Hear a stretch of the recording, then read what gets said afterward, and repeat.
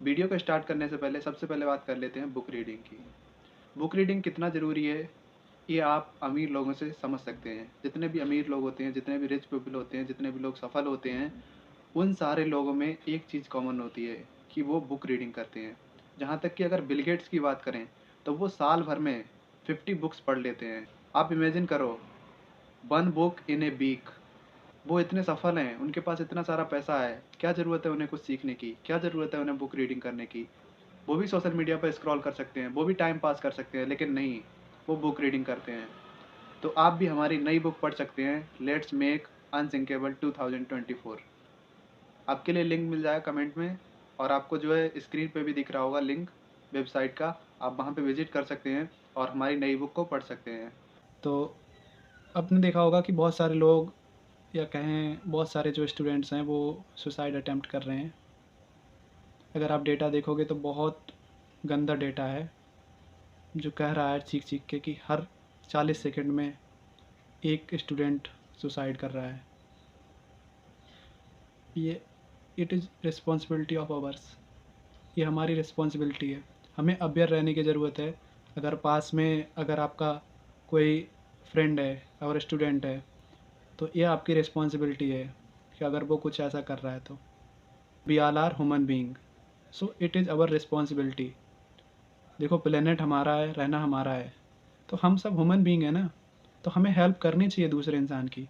ऐसा नहीं कि हाँ अगर दूसरा व्यक्ति कुछ कर रहा है, अगर वो डिप्रेस्ड है, उससे एंजाइटी है या फिर उससे ज़्यादा प्रेशर, वो ओवरकम नहीं कर पा रहा है प्रेशर को, तो ऐसा थोड़ी ना है कि हमारी कोई रिस्पॉन्सिबिलिटी नहीं है। उससे पूछो व्हाट इज़ द प्रॉब्लम, क्यों वो इतना परेशान है, क्यों इतना परेशान हो जाता है कोई इंसान जो कि सुसाइड अटेम्प्ट कर लेता है, क्यों कर लेता है, मुझे समझ नहीं आता। इतना प्रेशर उसके पास आता कहाँ से है? इसके लिए मैंने पहले बहुत सारा डिस्कस करके रख दिया है कि प्रेशर में नहीं रहना है भाई। तुम्हारी लाइफ है, कैसे जीना चाहते हो तुम पे डिपेंड करता है। देखो एक काम अगर नहीं हो रहा है ना, तो क्यों उसके पीछे पड़े हो? 1 साल ट्राई कर लिया, 2 साल ट्राई कर लिया, 3 साल ट्राई कर लिया, 4 साल ट्राई कर लिया, क्या ज़िंदगी भर एक ही काम करते रहना भाई? जब 4 साल में नहीं हो रहा है तो नेचर खुद कह रही है भाई कि छोड़ो। इसका ये ऑप्शन थोड़ी ना है कि अगर वो काम नहीं हुआ तो इसका बस एक ऑप्शन है कि तुम सुसाइड कर लोगे। Not, it is not a option. If plan A doesn't work there are 25 letters in the alphabet. 25 और तुम्हारे पास ऑप्शन है, और वैसे हैं तो हज़ारों। कुछ भी कर सकते हो भाई, वही क्यों करना है? तुम कोई मशीन थोड़ी ना हो जो तुमसे कहा जाएगा वही निकाल के दोगे। मशीन होती है जो उसका काम होता है ये पर्टिकुलर प्रोडक्ट निकालना है तो वही निकालेगा। तुम कोई मशीन थोड़ी ना हो। अगर नहीं हो रहा ये काम तो कुछ और करो। ए नहीं हो रहा बी करो, बी नहीं हो रहा सी करो, सी नहीं हो रहा डी करो, डी नहीं हो रहा ई करो। ये क्या ऑप्शन है कि हाँ ये नहीं हो रहा तो ठीक है फिर सुसाइड कर लो? तुम्हें सोचना चाहिए ना। It's your life, how you want to live. बहुत मुश्किल से मिलती है इंसान की लाइफ, ऐसे ही नहीं गवा देना ऐसे। इसका अच्छे से यूज करना है। कैसे तुम इस लाइफ से लोगों की लाइफ में वैल्यू ऐड कर सकते हो, ये सोचो। पॉजिटिव तरीके से क्यों नहीं सोचते हो? कितनी बड़ी प्रॉब्लम हो जाए, इंसान से बड़ी प्रॉब्लम कोई नहीं होती है। इंसान हर प्रॉब्लम को सॉल्यूशन कर निकाल सकता है। उससे बड़ी थोड़ी ना होगी कोई प्रॉब्लम। जो इतनी बड़ी बड़ी प्रॉब्लम्स को सॉल्व करके बैठा है, उसके पास ये छोटी मोटी प्रॉब्लम्स तो आती रहती हैं। अगर ये काम नहीं हो रहा तो मत हो। ये नहीं कोई और सही, तुम नहीं कोई और सही,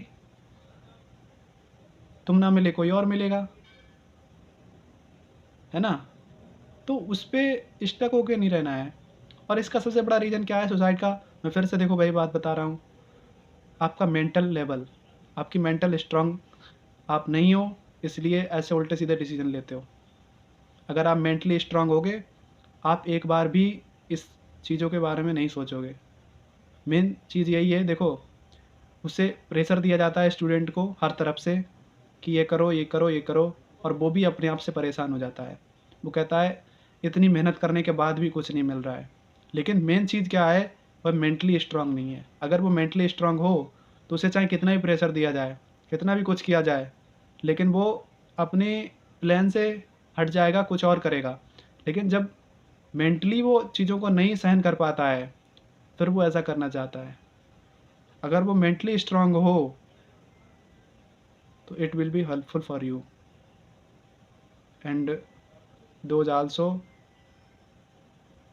who are attempting to suicide. So मत करो ऐसा। You are the young generation, you are the lifeline of the country. कुछ नया करो, कुछ इनोवेटिव करो, कुछ नया सोचो। ज़रूरी थोड़ी नहीं वही करते रहो जो बताया गया है तुम्हें। पेरेंट्स सपोर्ट नहीं कर रहे, मत करें।